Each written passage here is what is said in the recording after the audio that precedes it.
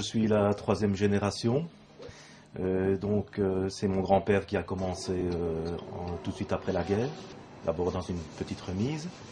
Et au départ, nous étions uniquement un atelier d'usinage, un atelier de mécanique de précision. Donc usinage, tout ce qui est pièces en acier et en métaux durs ou autres.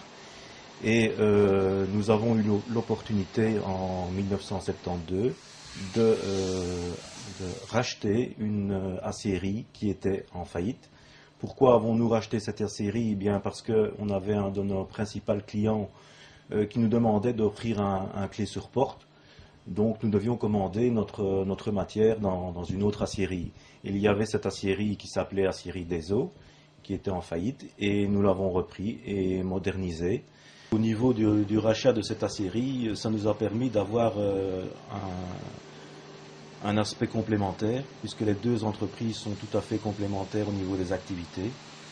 En commençant par l'aciérie, qui est donc la fabrication des pièces brutes. Donc nous fabriquons tout ce qui est pièces brutes en acier moulé. Donc on réalise un moule en sable chimique, en durcissement chimique. Et on vient couler dans ce moule une multitude de pièces mécaniques. Donc notre spécialité, c'est la petite et moyenne série. Donc on ne parle pas ici d'automobile. C'est des pièces à façon, des pièces principalement pour les gros producteurs et la sidérurgie lourde. Donc là, nous avons 20 à 25 personnes en aciérie pour la réalisation des pièces brutes. Nous réalisons aussi nos modèles nous-mêmes, ce qui nous permet de partir directement du plan et d'évoluer vers une pièce complètement finie. Et à cela vient s'ajouter l'atelier Sonneville, où là nous occupons 30 à 35 personnes. Et là nous occupons principalement d'usinage. Donc nous sommes spécialisés surtout dans l'usinage des pièces délicates, donc des pièces à haute précision. Pièces à haute précision ou pièces difficiles à usiner, j'entends matériaux durs ou matériaux trempés. Et c'est ce qui nous permet, en choisissant, disons, le produit à valeur ajoutée, c'est ce qui nous permet de fidéliser nos clients au niveau qualité-service et surtout de faire, disons, ce que tout le monde ne peut pas faire. Et là, il faut être évidemment très vigilant au niveau des investissements aussi bien en machines qu'en personnel, afin de fidéliser nos clients. Au niveau de pièces à valeur ajoutée, nous sommes bien entendu très vigilants au niveau de la formation du personnel, d'avoir un personnel qui est professionnel.